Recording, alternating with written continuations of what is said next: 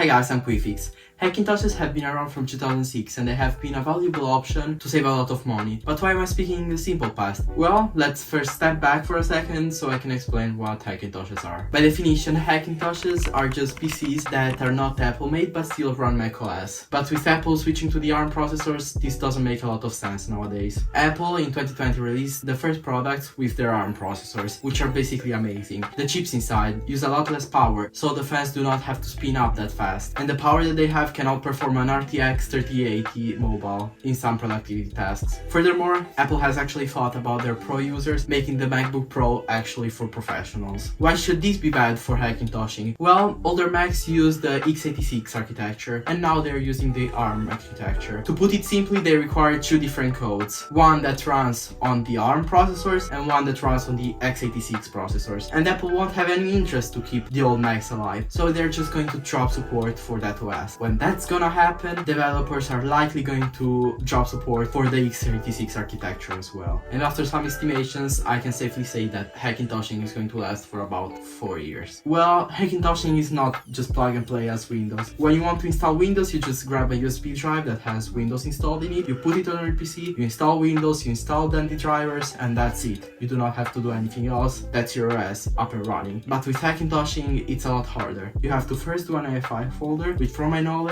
is used from both the BIOS and the OS. The BIOS uses it to recognize the OS, and the OS uses it for some configurations that it has to read at the boot up. This was of course simplified so that everyone can understand. And building this AFI is not that simple. You have to follow a guide that's going to take 3 or 4 hours, depending how lucky you are. Why am I saying how lucky you are? Because there's a high possibility that you're going to run in some trouble. And at that point, you have to find help. And that's where the things are actually hard, because you have to guess the problems, and before you actually find out what the problem is, it's going to take a lot of time. You've seen that older Macs are not going to be supported for a lot of time, so I would highly suggest you to do a Hackintosh if you already have a machine, a compatible machine that can run macOS. In that case, yes, you should absolutely do a Hackintosh for yourself. But if you have to buy a new PC to do that, I wouldn't be so sure. But now that you know that these methods are going to work for another 4 years, for every other cases, I would highly suggest you to just buy a Mac. MacBooks are really good, you're going to have a really good experience, and native Macs are really easy to set up and to use. Thanks a lot for watching, subscribe, and see you in the next one.